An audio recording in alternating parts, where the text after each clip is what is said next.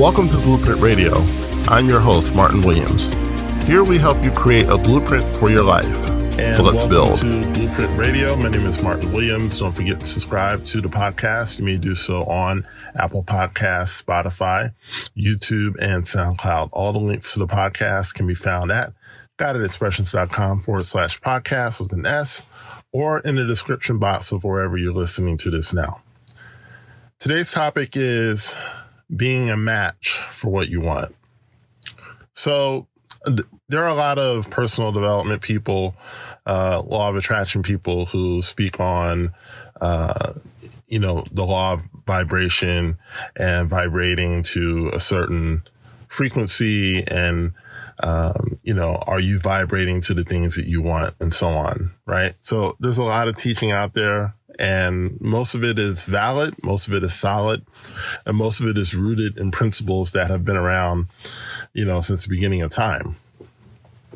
But I want you to think about it from a practical perspective, because I had to do this, right? I was going through something not too long ago, and I started feeling really anxious, right? The anxiety really started to take over. And, I've talked about anxiety before on this podcast, and, there's ways to work with it, to work through it. But, it was really, it was just a really bad attack, right? And so, I was just sitting there at my desk, and I'm just trying to figure out, what's going on? Like, why am I feeling this way? And there was a project that I was working on, and it looked like it was going to go further than originally anticipated. And of course, when you're a project manager, the first person they look at is you, right? So I was looking at it, and I was like, oh man, I'm not going to make this deadline. And, I put it out there and so on. And so, the anxiety thoughts start building up, right? And pretty soon, that momentum of anxiety thinking gets to a point where it's almost impossible to stop. So I had to basically, put everything on pause and go and meditate. And when I meditated, things were better, and I was able to finish out the day. But I wondered, what was it that I was doing to allow it to come in the first place? And what I realized was that I was a match for anxiety, meaning that I was somehow vibrating anxiety in my thinking and ultimately in my actions, right? Because when you feel overwhelmed and the answers don't come right away, you start to feel pressure, right? And that pressure can start attracting things that you don't want. And one of those things is anxiety. Now, I want to put this out here. Excuse me. I'm not a medical doctor, nor am I a therapist, right? So I just want to put that out there as I discuss this. This is my life, my experience. And certainly, even though we may have similarities, I'm not saying that this is like 100%, this is the thing to do. I'm just telling you what I did. And maybe you might want to try it too. So I was, at that moment, I was a match for anxiety, right? I felt overwhelmed. I felt pressured. I felt like there was nowhere for me to turn. Things just weren't working. Excuse me. Pardon me. Things just weren't working the way that I had planned them out to. And so the anxiety was taking over. I had to change the way that I thought. If I was going to get rid of the anxiety, I had to change the nature of my thoughts. And so the first thing that I would do is I would basically just stop thinking. And the way you do that is you meditate. Okay. Because you got to stop the momentum. If you're playing a sports team and they've scored 10, 20 points in a row, usually what coaches do is that they take a timeout, especially in sports like basketball. They take a timeout to stop the momentum, right? And so when anxiety is really like building up on you, you got to stop the momentum. You got to stop those thoughts, right? And the way you stop that is to meditate. That's the surefire way to do it. And all meditation has to be is you sitting in a quiet room or a closet, turning the lights off, putting on music, and basically just sitting still for 10 minutes, right? And doing your best not to think. Now, there's times when, especially when you're first starting out in meditation, that it's hard to stop thinking. It's hard to stop your thoughts because your mind is going constantly, right? And especially, at work, and especially the harder your job is or the more responsibility. I shouldn't say harder, but the more responsibility you have in your job, right? The more and more your mind is going throughout the day. So it's important to take that time, even if you're not having any anxious moments or whatever. It might just be good practice to take time, during lunch, or maybe just taking like a 5-10 minute break throughout the day and sitting in a quiet room and stop thinking, right? Just for those 10 minutes to reset your brain and reset your mind. And in doing so, like I said, you stop that momentum of anxiety, and you can begin to sort of, figure out your way forward, right? It's very hard to think of solutions when you're feeling anxiety. It's very hard. It's very hard to, to really think the way that you're capable of thinking. There's times when I've been, going through an anxiety situation and I couldn't think straight. But I mean, I probably couldn't figure out like something basic, because it's just that momentum, those thoughts, they just keep coming. But more to the point of what I want to talk about here is not being a match to that anxiety. So basically having the habit of thinking from a calm place and from an orderly place.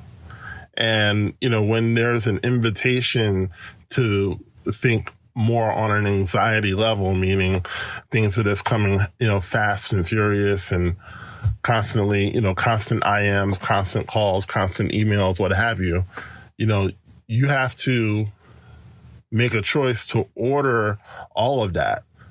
Just because an IM comes doesn't mean you have to answer it. Just because an email comes doesn't mean you have to answer it all the time, right? Because there's times when you're working on something and you're trying to get it done, right? And I understand that, you have a manager and the manager might say, well, I've been trying to reach you, so on, so, because they're anxious, right? Right? So basically what they're trying to do, they're trying to get you on their level where, they're harried and anxious and, kind of going here, there, and everywhere at the same time. Just because they're inviting you doesn't mean you have to go, right? You got to stay in that calm place, right? So you're not a match for anxiety. You got to stay in that place so you're not a match for, panic attacks and things like that. Now, if you've been having them for a while, you might need to see someone about it, right?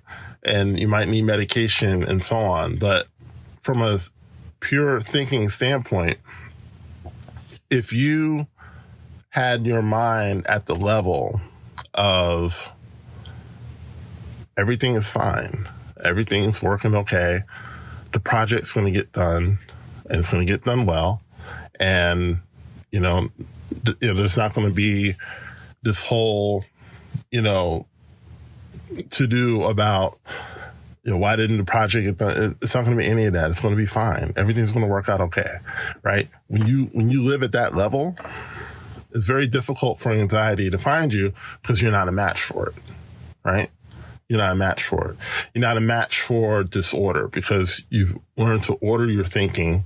You've learned to order your mind, right? People who think orderly and live orderly don't have the same type of harried, disheveled, type of life that people who are disorganized have, right? When you're disorganized, you're inviting disorder into your life. And that disorder may show up as financial disorder, work disorder, all types of different disorders, because, that's the level that you're living on. And hopefully I'm making sense with that, right? So you make a decision that I'm not going to deal with that anymore.